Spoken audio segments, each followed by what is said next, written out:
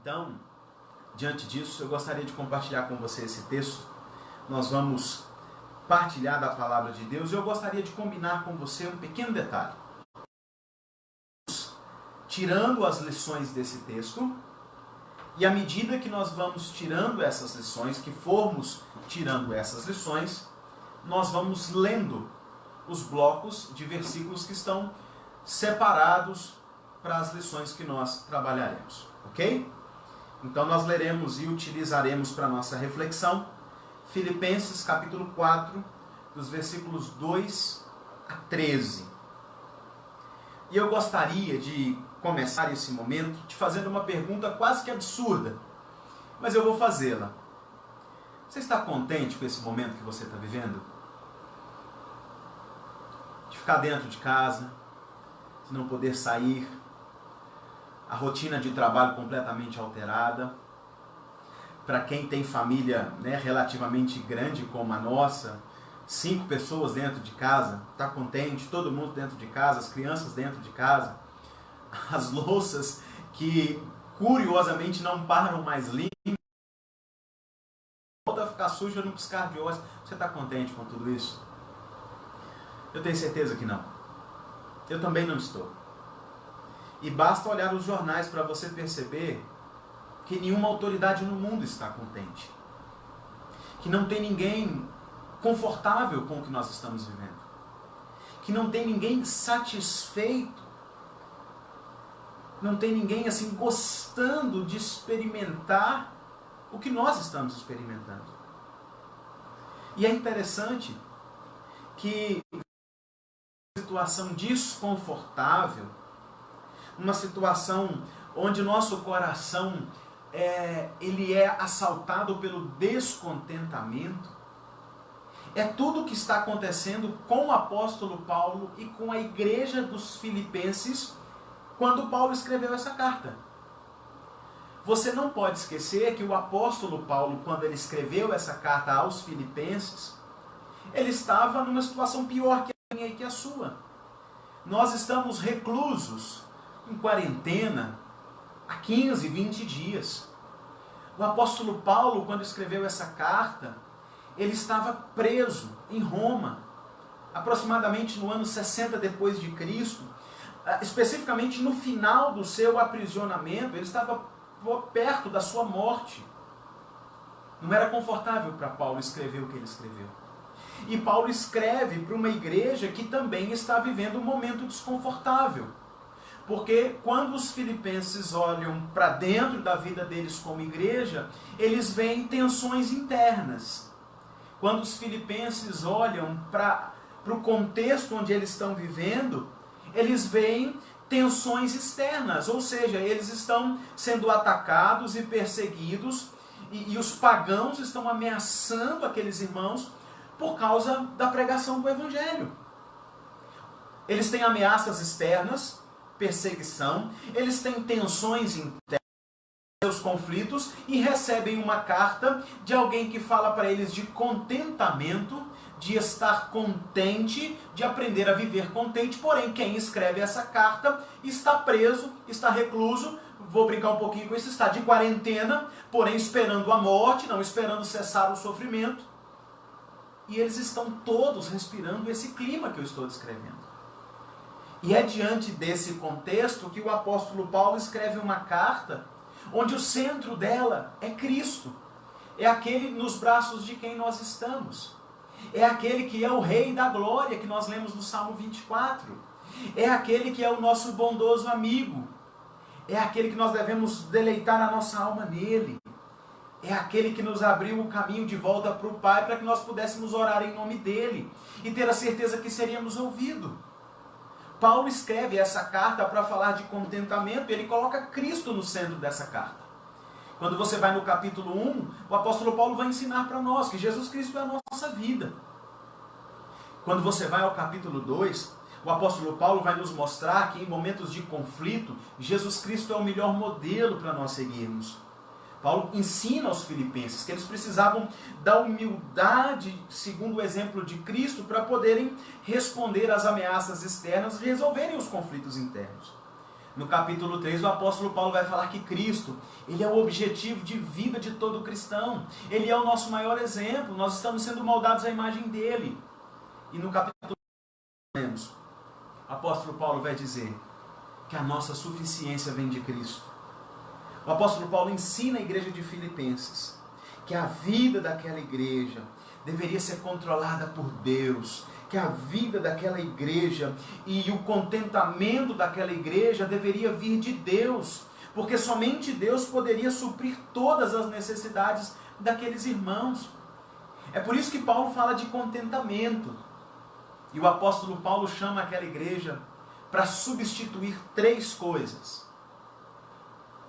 Algumas coisas saem de cena e outras coisas entram em cena.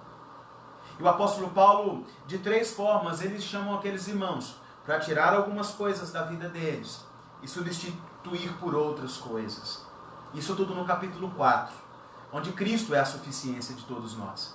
E eu gostaria de destacar essas 3 lições.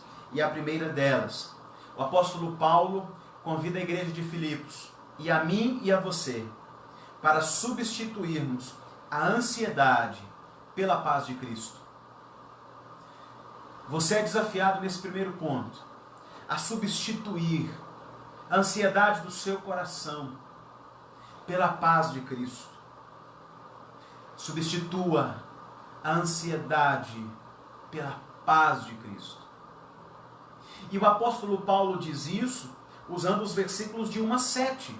Acompanhe na sua Bíblia o que ele diz àqueles irmãos. De 2 a 7. Filipenses 4, de 2 a 7, nos diz assim: rogo a Evódia e rogo a Síntique que pensem concordemente no Senhor. A ti, fiel companheiro de jugo, também peço que as auxilies, pois juntas se esforçaram comigo no Evangelho. Também com Clemente e com os demais cooperadores meus, cujos nomes se encontram no livro da vida. Alegrai-vos sempre no Senhor. Outra vez digo, alegrai-vos. Seja a vossa moderação conhecida de todos os homens, perto está o Senhor. Não andeis ansiosos de coisa alguma. Em tudo, porém, seja conhecida diante de Deus as vossas petições, pela oração, pela súplica com ações de graças. E a paz de Deus, que excede todo entendimento, guardará o vosso coração e a vossa mente em Cristo Jesus. O apóstolo escreve àqueles irmãos para que eles substituam a ansiedade que estava no coração daquela igreja, daquele povo, daquelas famílias, daquelas pessoas, pela paz de Deus. A ansiedade causada pelos problemas externos, pela perseguição, e a ansiedade causada por um problema entre 2 pessoas da igreja. Ele chama Evódia e Síntique, mulheres que serviam ao Senhor naquela igreja, e elas entraram numa contenda, numa rixa, e o apóstolo Paulo chama aquelas mulheres para pensarem concordemente em Cristo. Olha, Cristo sendo o centro da igreja, ele convoca toda a igreja, pessoas da igreja, para ajudarem a resolverem aquela situação, porque aquela situação estava trazendo ansiedade no coração daqueles irmãos, estava aumentando a ansiedade que já era causada pelas ameaças externas, e as atitudes amargas, egoístas daquelas 2 irmãs estavam trazendo uma ansiedade ao coração daquelas pessoas. E eles precisavam substituir aquela ansiedade pela paz de Deus em Cristo Jesus. Eram pessoas que colocavam o eu acima das outras pessoas. Agora pare só um pouquinho para que você pense comigo. Talvez você não está vivendo isso, porque nós não estamos vivendo, reunidos como igreja presencialmente. Mas você está vivendo dentro da sua casa um contexto onde o conflito ele é bem possível. Todo mundo no mesmo ambiente, a gente convivendo com os nossos próprios defeitos e com os defeitos dos nossos amados, e convivendo intensamente com isso, e torna-se um ambiente favorável para o desentendimento, para a rixa. E é interessante a gente perceber que quando isso acontece, isso aumenta a ansiedade no coração das pessoas que estão envolvidas naquilo. E quando isso acontece, especialmente dentro do lar, uma coisa que você precisa entender, e eu também, que é papel de todos aqueles que estão ao redor, daqueles que se desentendem, é papel de todo mundo fazer um esforço para que aquela rixa termine, para que aquelas pessoas deixem o eu de lado e coloquem o nós na frente de tudo. O desacordo daquelas irmãs Evódia e Sintique ameaçava a união da igreja, ameaçava aquilo que era mais precioso na vida da igreja. O apóstolo Paulo quer que aquelas irmãs elas cedam e que abram o seu coração para que a amargura saia e para que a paz de Cristo vença toda a ansiedade. E aí, irmãos, eu gostaria de trabalhar um pouquinho conosco a respeito dessa questão da paz, que excede todo o entendimento. Porque algumas vezes a ansiedade ela é resultado de nós olharmos mais para os nossos problemas do que olharmos primeira e prioritariamente para Deus. Aqueles irmãos estavam levando mais em conta as ameaças externas, levando mais as internas do que a Cristo. Aqueles irmãos estavam vivendo, olhando para a perseguição e aquilo trazendo ansiedade ao coração deles, e eles olhando para os relacionamentos quebrados e o coração deles enchendo-se de ansiedade. Os relacionamentos quebrados trazem ansiedade ao nosso coração. Se você vive relacionamento do seu lar ou fora deles, você sabe disso. A ansiedade também pode ser causada pela preocupação excessiva com as coisas materiais. Eu entendo que a nossa economia ela não pode parar nesse momento, mas eu não tenho a menor dúvida que o que move o coração de muitos homens e mulheres que estão ansiosos para que o comércio volte a funcionar é justamente a preocupação excessiva com as coisas materiais. O apóstolo Paulo disse isso um pouco antes. Ele diz isso, ele fala no versículo 19 do capítulo 3, que o destino de algumas pessoas é a perdição, o Deus deles é o ventre, e a glória deles está na sua infâmia, visto que só se preocupam com as coisas terrenas. Talvez a ansiedade do seu coração pode ser causada também por isso, uma preocupação excessiva pelas coisas materiais. E o último destaque que eu faria é que a ansiedade ela pode ser causada pela incredulidade, pela falta de confiança em Deus. Não cremos ou por desconfiarmos que Deus irá fazer aquilo que Ele disse que vai fazer. E desconfiarmos que Deus Ele é digno da confiança do seu povo. Pense no seu coração. Se o seu coração está ansioso nesse momento, será que não existe um quê de incredulidade? De confessar com os lábios que confia, mas no coração, o coração não confia naquilo que nós sabemos que Deus já nos disse na sua palavra a respeito do seu cuidado. Então, queridos, é interessante nós pensarmos nisso e olharmos para a nossa convivência nesses dias e entender que se nós quisermos menos ansiedade no nosso coração, nós precisamos fazer o esforço para evitar rixa, para evitar a contenda, para evitar as tensões internas. Porque quando nós olhamos para fora, já existe uma ameaça externa querendo roubar a nossa paz. Já existe algo lá fora que nos ameaça. E diante disso, nós precisamos olhar em primeiro lugar para o nosso Deus, antes de olhar para as ameaças externas, para o Covid-19, ou para algumas realidades internas que nós estamos convivendo há mais tempo com elas agora em casa. Nós precisamos olhar primeiro para Deus e colocar a ansiedade, o que traz ansiedade ao nosso coração, a realidade externa e a realidade interna diante do Senhor em oração, porque o texto bíblico nos diz que se nós fizermos isso, a paz de Deus vai substituir a ansiedade. A paz de Deus não é ausência de problemas. A paz de Deus ela não é produzida pela circunstância. A paz de Deus não é gerada por nenhum tipo de governo, por nenhum espectro político. A paz que Paulo diz, ela vem do próprio Deus. Ela vai além da nossa compreensão, ela excede o entendimento. É aquela paz que reina no nosso coração, mesmo que nós estejamos no meio da tempestade. É a paz que preencheu o coração dos mártires da igreja diante do seu martírio. É a paz que estava no coração desse apóstolo naquela prisão, quando ele escrevia essa carta. A paz de Deus é o exército de Deus que nos protege, mesmo vivendo problemas externos, mesmo tendo temores internos.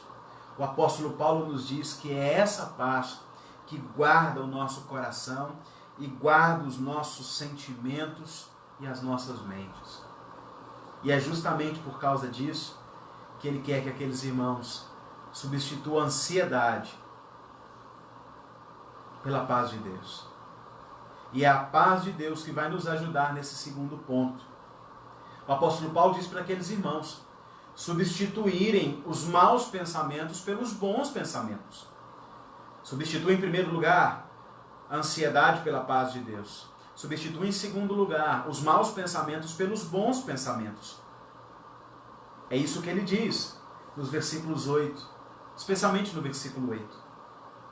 Finalmente, irmãos, tudo que é verdadeiro, tudo que é respeitável, tudo que é justo, tudo que é puro, tudo que é amável, tudo que é de boa fama, se alguma virtude há e se algum louvor existe, seja isso que ocupe o vosso pensamento.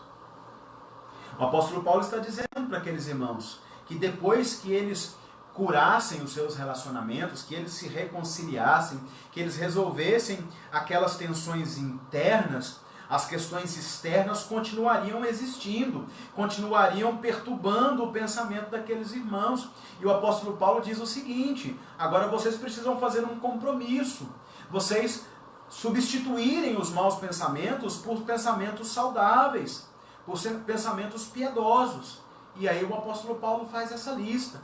E ele fala: meus irmãos, substituam pensamentos errados que levam a comportamentos errados.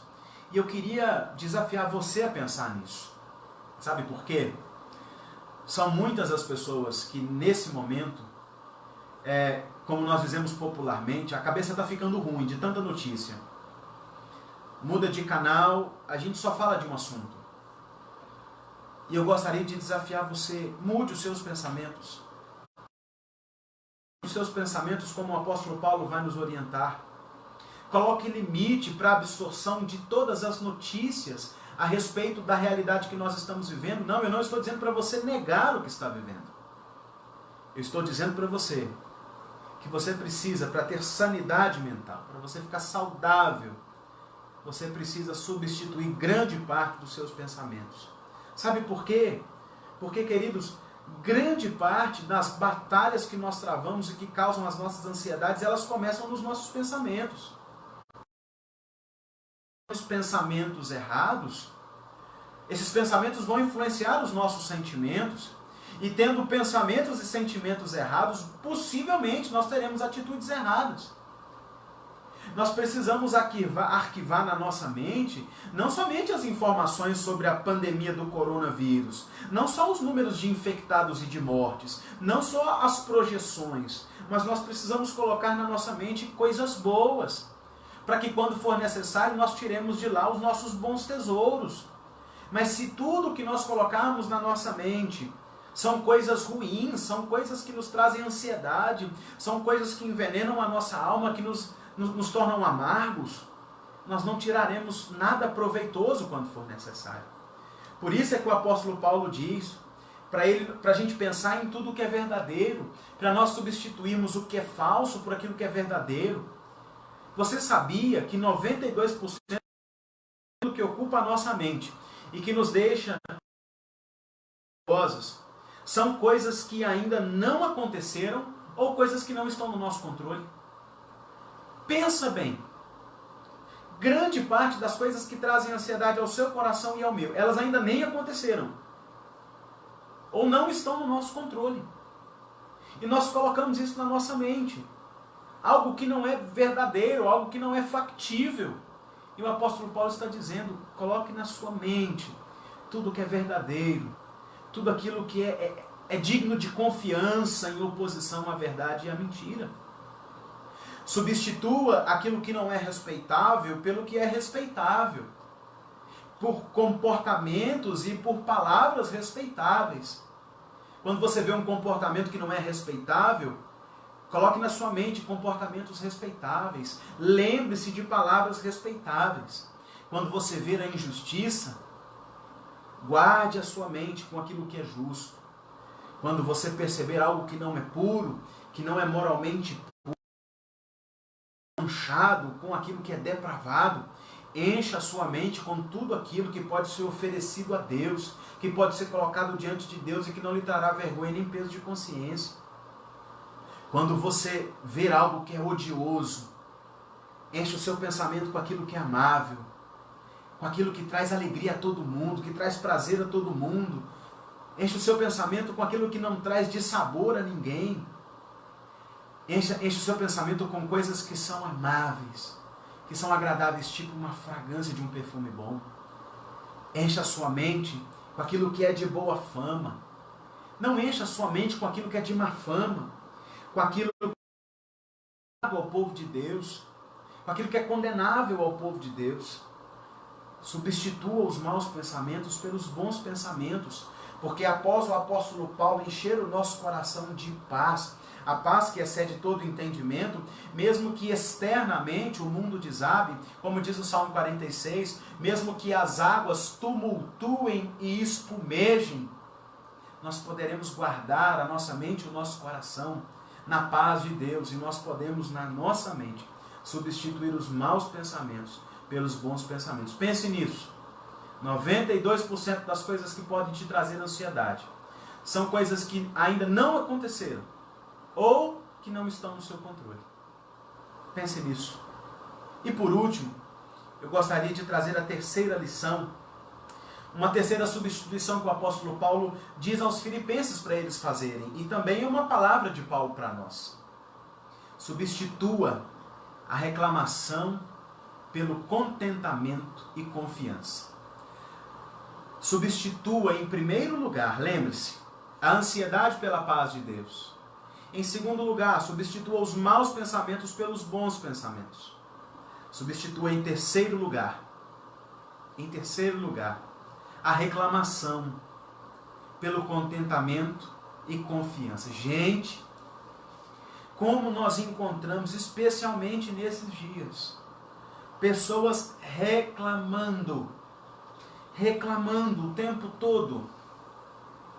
E é justamente isso que o apóstolo Paulo quer que a gente faça, que a gente substitua essa disposição do coração pelo contentamento e a confiança em Deus. Olha que o apóstolo Paulo nos diz nos versículos 11 a 13. E você acompanha aí, por favor. Digo isto não por causa da pobreza, porque aprendi a viver contente em toda e qualquer situação.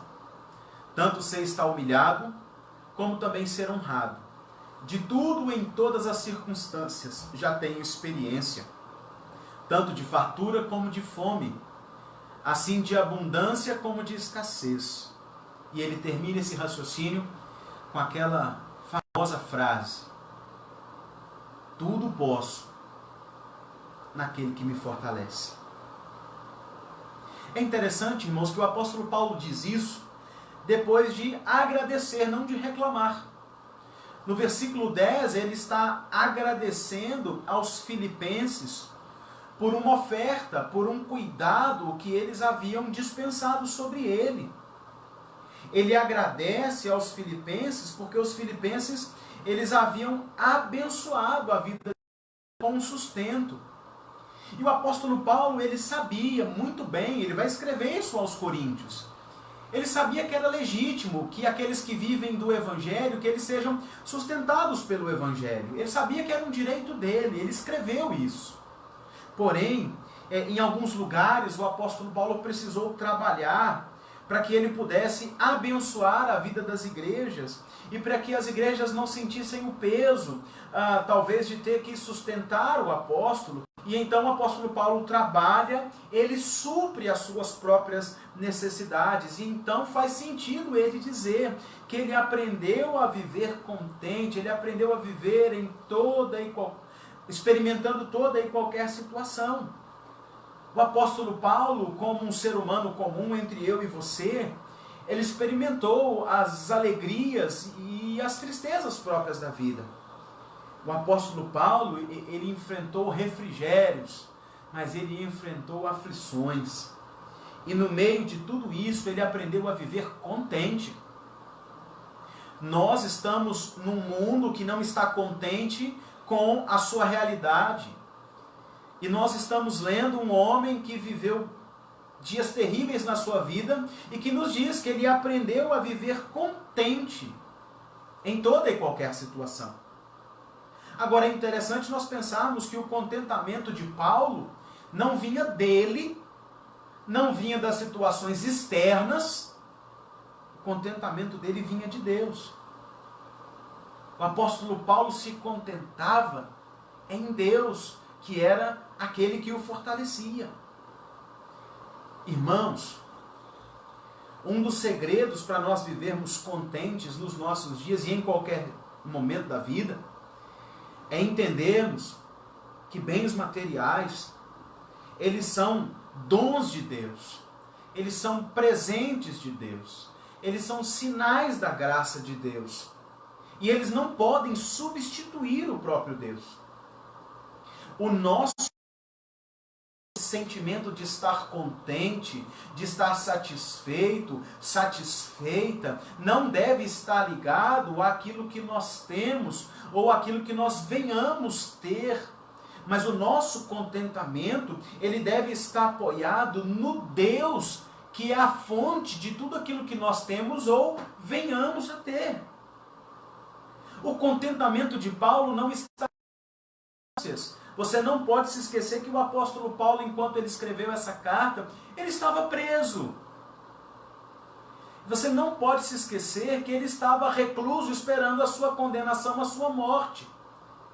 É por isso que ele pode dizer que ele tudo pode, ele pode viver todas as situações com contentamento, porque a base do contentamento de Paulo é Cristo. Não são as circunstâncias externas, não é a sua realidade atual, não é a sobra de dinheiro ou a falta dele. Não é ser humilhado ou ser honrado, não é estar vivendo momentos de fartura ou momentos de fome, não é pelas situações que ele está vivendo ou as situações que ele estava respirando naquele momento. O seu contentamento estava em Deus. Paulo, ele dependia de Deus para estar contente. Ele não dependia das circunstâncias, do que ele estava vivendo. Não era a frieza daquele ambiente da cadeia que fazia com que Paulo ficasse satisfeito. Não eram os odores daquele lugar que fariam com que Paulo ficasse satisfeito. Não era a refeição daquele lugar. Não era nada disso. Mas era a sua comunhão com Deus. Era a sua fé em Deus. Era o seu descanso em Deus. Era a sua presença diante de Deus e diante do trono da graça que fazia com que Paulo sentisse contentamento em Deus. É por isso que ele fica imperturbável. É por isso que ele diz no versículo 13: tudo posso naquele que me fortalece. A razão dessa fortaleza de Paulo, de Paulo poder estar enfrentando todas as coisas forte, porque é justamente porque quem o fortalece é o Todo-Poderoso. É o Filho de Deus que o fortalece. É o Senhor Jesus quem o fortalece. O apóstolo Paulo, e eu vou encerrar. O apóstolo Paulo é como uma máquina que está ligada numa fonte inesgotável de energia. O apóstolo Paulo é aquele que reconhece que essa energia não vem dele, do seu interior, que essa energia não vem da circunstância que ele está vivendo, que essa energia não vem do seu momento de vida, que essa energia é o poder de Cristo que habita nele, através do Espírito. Tudo que Paulo quer que os filipenses entendessem é isso, que não era a perseguição externa ou a ausência dela que faria com que eles ficassem contentes, mas era a presença de Cristo e o poder que vem de Cristo. Não era a ausência de conflitos internos que faria com que aquela igreja vivesse contente, mas Paulo queria que aqueles irmãos entendessem que eles poderiam viver o contentamento que vem de Cristo e do poder de Cristo no Espírito. E tudo que Paulo quer que eu e você entendamos, que o que vai nos gerar contentamento não é a resolução daquilo que está acontecendo lá fora. O que vai nos gerar contentamento não é a resolução dos problemas que eu e você temos no nosso seio familiar e que talvez agora estão muito mais evidentes. Quem vai nos dar contentamento é Cristo. É o poder de Cristo no Espírito Santo. É o Espírito Santo que repousa em nós, que vive em nós. É Ele que vai nos ajudar a encher o nosso coração de um contentamento que não depende das questões externas, nem dos conflitos internos. É o poder de Cristo, é a pessoa de Cristo, é a comunhão com Cristo que vai nos ajudar a substituir a